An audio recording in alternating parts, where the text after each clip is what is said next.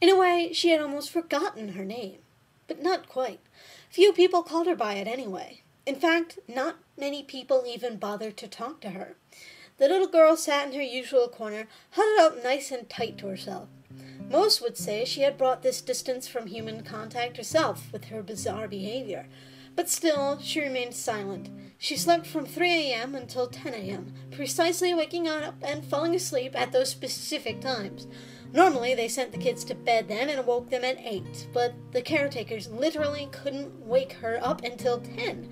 And at this point, no one wanted to. Girl's skin was pale white, her brown hair was frazzled and unkempt, kept short by the caretakers so they could spend less time dealing with it. In fact, at this point, she was largely able to cook for herself, clean for herself, groom herself, and basically live on her own.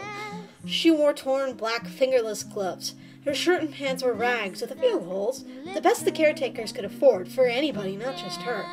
And her eyes, her chocolate brown eyes, were the most catching part of her, a sort of hopeless, endless abyss that peered and studied the children as they played.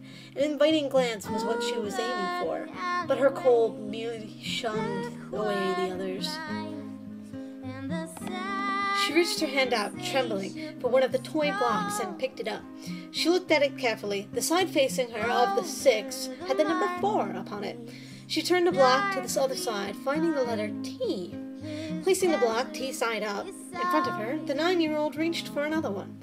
She found an R on this block and set it down. She continued picking out random blocks from nearby, experimenting and examining them for the necessary letters. An A, another R, and finally an E. She arranged them to spell her name. Tara, she whispered. Suddenly, she burst out into a coughing fit, involuntarily kicking over the blocks as she did. Once the fit died down, she looked at what the scramble had produced.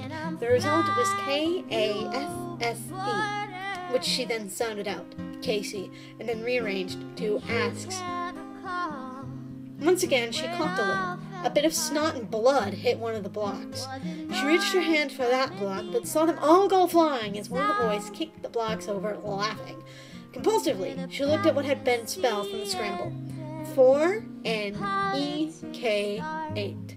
Tara frowned, looking at the boy with a sort of depressed, why look on her face. He was taller than her, but honestly probably younger, 7 or 8. His eyes were blue and his hair was red. Similar clothing to her, as everyone here did, but without the gloves. Freak! I want to play with the blocks! Take them, she wheezed out, simply waving her hand. He picked them up and then looked at the one that she had coughed at. Ew, that's gross, freak! He chucked the block at her head. She gave a bit of a wince at this, and she looked down at it. Picking it up, she rotated it around to examine all the sides. T, 4, 6. What was it, a 9? K, J, and a question mark. Playing it with it a little, she eventually looked up and saw the boy who had just taken the blocks from her approach another, younger girl, probably about 5 or 6. Hey, Pearl, I got these blocks for you as a present. Oh, thanks, Jack, she said happily. Where'd you get them from? Oh, I found them over there. He pointed to where Tara was. Seeing the sad look on Tara's face and that she was playing with one of the blocks, Pearl was at least able to make an assumption. You took them from that girl, didn't you? She said. She's a freak. It doesn't matter.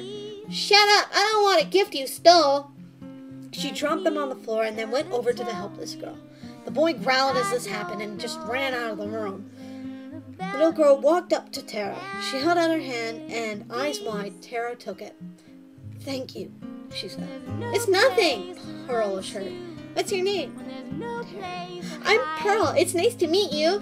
Tara screamed out suddenly, her sickness getting the better of her, coughing violently as the inside of her throat burned. She twitched and fell over. This was just getting really annoying, and she was becoming fed up with it, she thought, as her whole chest was suddenly on fire and breathing itself even became painful. Finally, everything went black as she heard one of the caretakers gasp and rush over to help.